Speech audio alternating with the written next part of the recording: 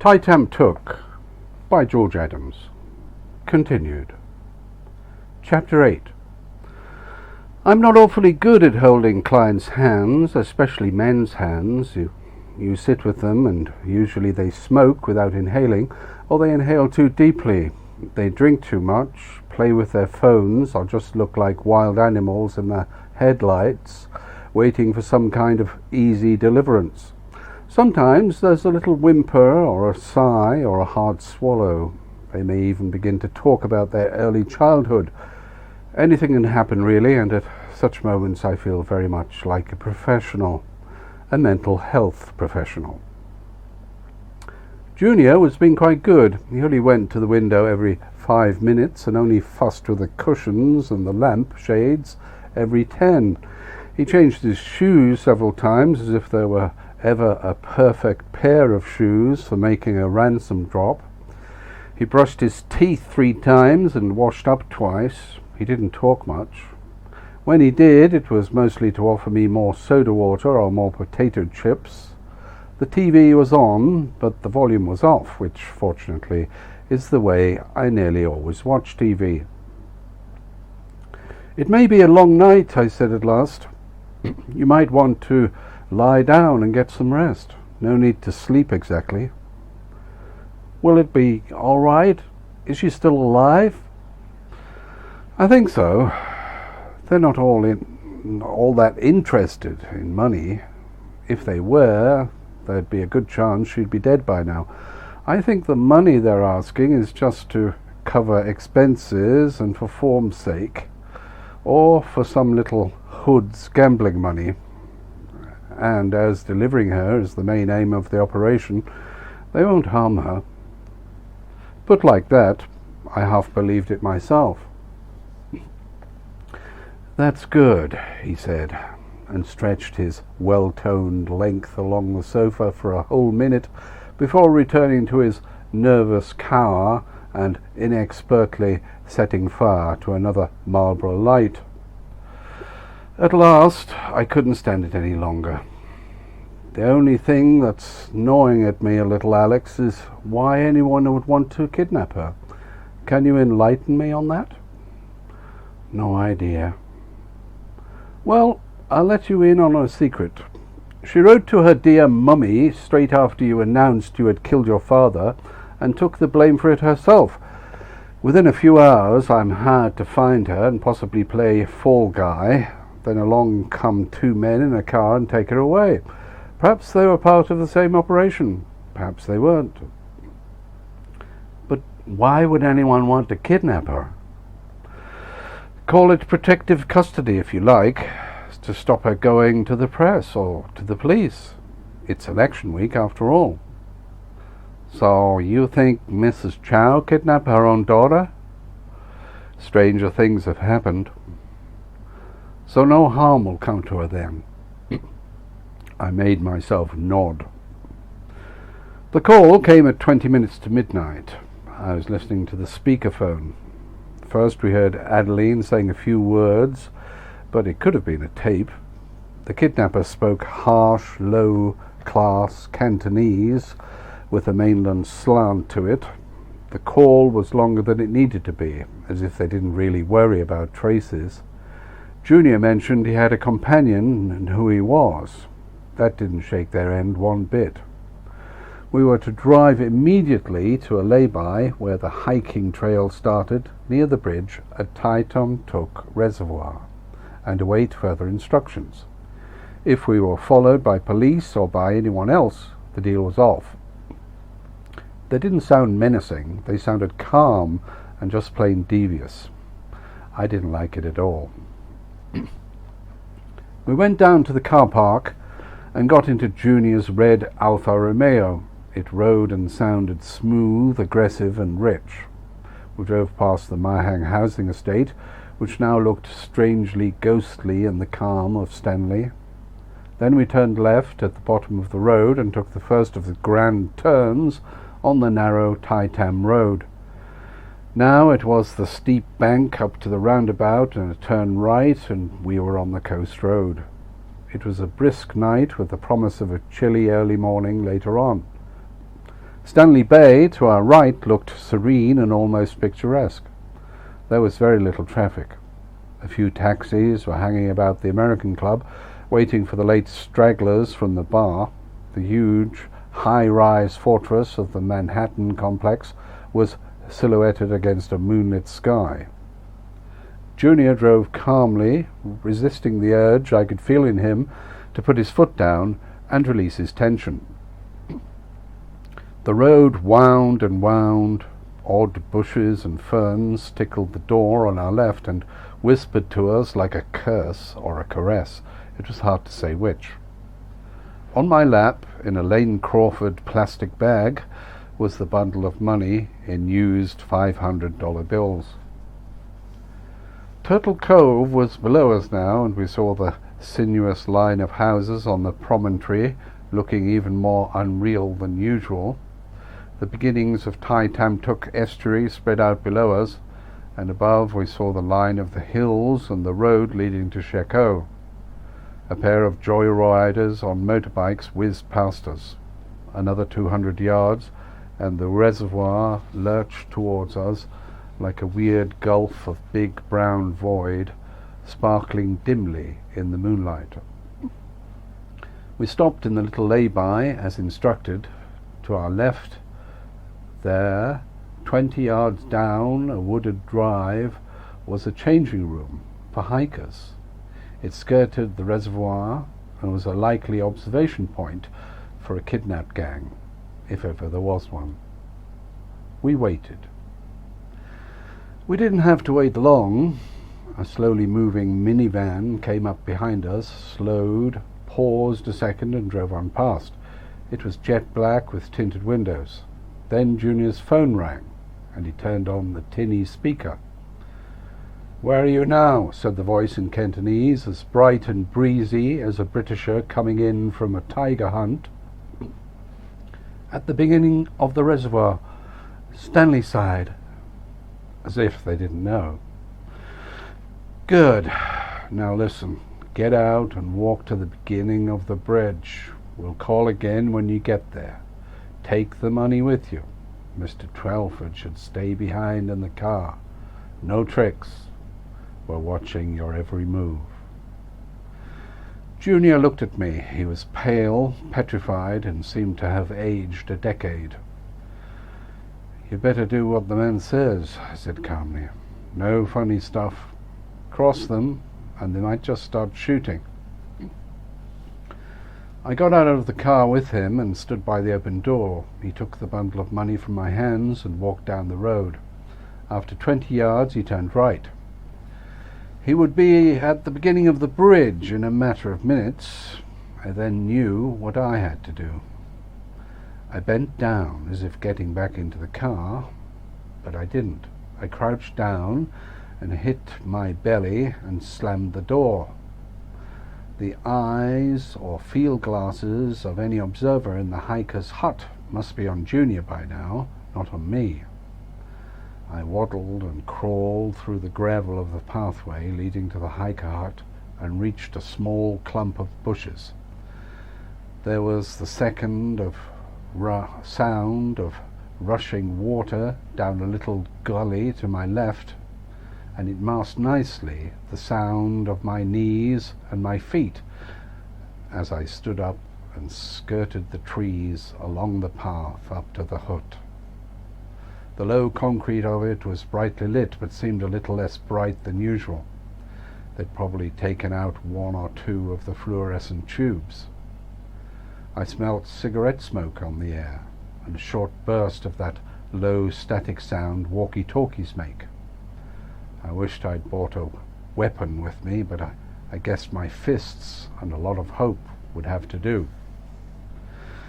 Very gently I tiptoed across the path and hugged the back wall of the hut.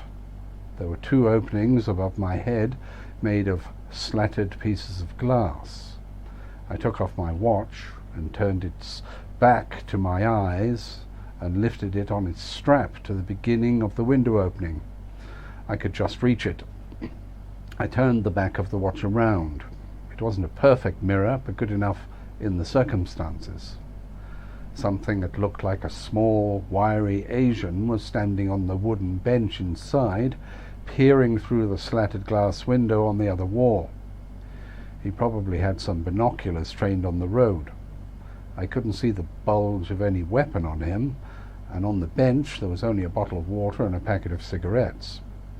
I now saw the tiny walkie-talkie in his hand, and he whispered something into it. He wasn't at all jumpy.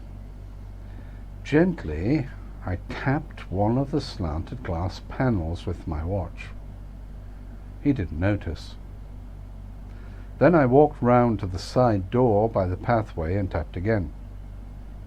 There was a short sound like the movement of feet, that dragging sound they make when someone doesn't know which way to turn. Then nothing. I tapped again. He was playing dead now, not entirely stupid then for a Hong Kong triad, and now in the silence of the night I could hear his mind working. He was thinking police, security guards, or a double cross. Perhaps he saw himself back again in the prison he had been in already several times, on longer and longer stretches, eating the congee and gambling for smokes, seeing his wife and kids through glass, listening to the cockroaches scuttle all night, and knowing that time inside just got slower and slower the more you thought about it, and often even when you didn't. Remembering all that would break him in a minute, I knew. Or perhaps he was clever and could pretend to be a bird watcher or a hiker out on a moonlit jaunt. You probably needed brains to think that fast, though, and triad boys generally only have instincts, poor resources to work out a story on the spur of the moment, one that the police would want to, because they always like it simple, likely, and supported by heaps of nice, thick evidence. My man didn't have any resources at all. He opened the door and looked as crazy as Manson. He also looked as frightened as hell. I kicked the door and caught him with a belly punch. He fell down on one side, and from where he lay his feet came up and hit me on the left leg. This boy had been in a few alley fights for sure. He was wearing sneakers, not boots or shoes. There wasn't a lot of power behind the kick, but there was enough for me to smart a little and stagger for a second. Then I threw myself on him and hit him again, this time on the chin, what little he had of it. His body went limp for 5 whole seconds, just enough time for me to reach into my pocket for the little pair of cuffs I always carry, another of Larry's useful Christmas presents. I snapped one cuff on his right arm and dragged him towards the water pipe in a small Chinese-style squat toilet cubicle. He was coming to now, and I had to work fast. I lifted his arm and ran the short linking chain of the cuffs around the water pipe. There was hardly room enough to do so, but I managed it in the end. I clicked the second cuff on his left wrist. He woke up then and stared at me and spat a gob of phlegm on my face as easily as a cobra spitting venom. I wiped it off with a couple of tissues from my bag, pinched his nose a moment, and then stuffed the wad, spit first, harder than I needed to, into his awful, gaping maw. There was a crackle on the walkie-talkie he'd left on the bench. I pulled out the gag and told him what to say. I had my hands lightly around his neck as he spoke the few words to say that all was in order. The other end was saying someone had arrived. My man was perfectly cooperative. People often are when you can throttle them if they aren't. Already he was thinking of doing a deal for less time in Stanley Prison. Good for him and good for me. I pushed the gag back into his mouth and waved a short goodbye. I took the tiny walkie-talkie radio and ran like a madman down the gravel path and then along the road, trying to keep my body low against the bushes of the edge of the lake. 2 winding turns in the perilously narrow road, and I saw Junior standing by the proud colonial monument to Sir Henry May, who, I remembered from the many times I'd seen it, had opened the Tai Tam Tuk reservoir in 1918. It must have been quite an achievement then. Good old Henry. The wall and bridge along it was 100 yards long and several hundred feet and more high above Tai Tam Tuk, the long straggling estuary village below and to the right. The bridge had eerie little neon tubes of light running across it either side. On my left, the lake looked huge, sinister, and as neutral as an act of God. On my right, down the long curved drop of the reservoir wall, I could see the lights of the village below and heard the roar of the water as it rushed down into the little tributary stream. The hills all around shrouded the valley in a pall of grim, dark purple nothing. Junior saw me but didn't move. There was nothing to be seen the whole length of the bridge. The road was not much more than 2 meters wide, a real traffic bottleneck in the daytime, but straight and clear to the view. The next minute was an agony.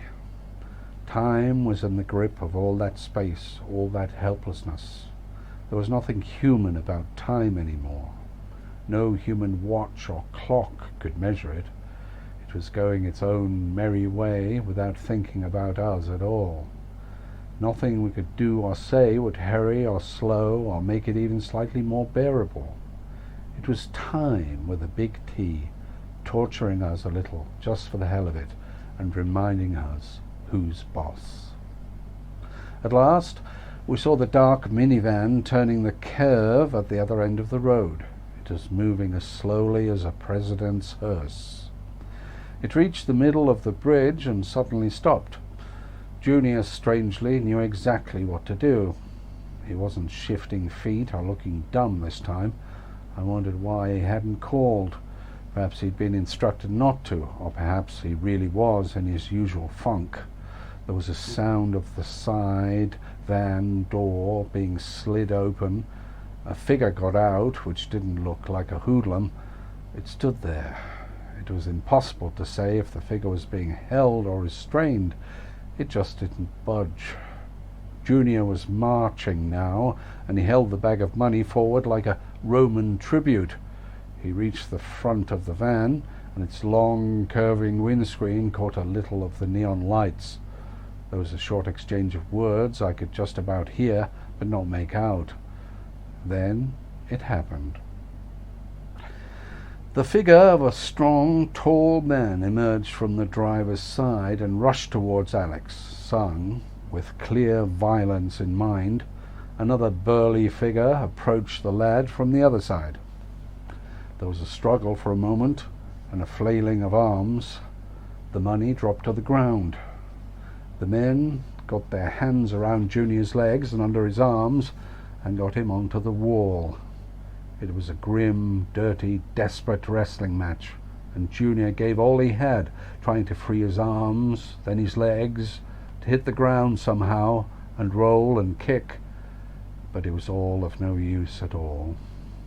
Something heavy hit the back of his head, and he went as limp as a fairy's handshake. Then he was on the wall, immobile, a mere inert bundle of something or other. They pushed the bundle. It dropped. There was a thud, a scrape, then a weak splash somewhere down below. Then nothing at all. It really was that easy to be snuffed out, to get the big sleep, to enter the sweet hereafter. The van was gone in an instant.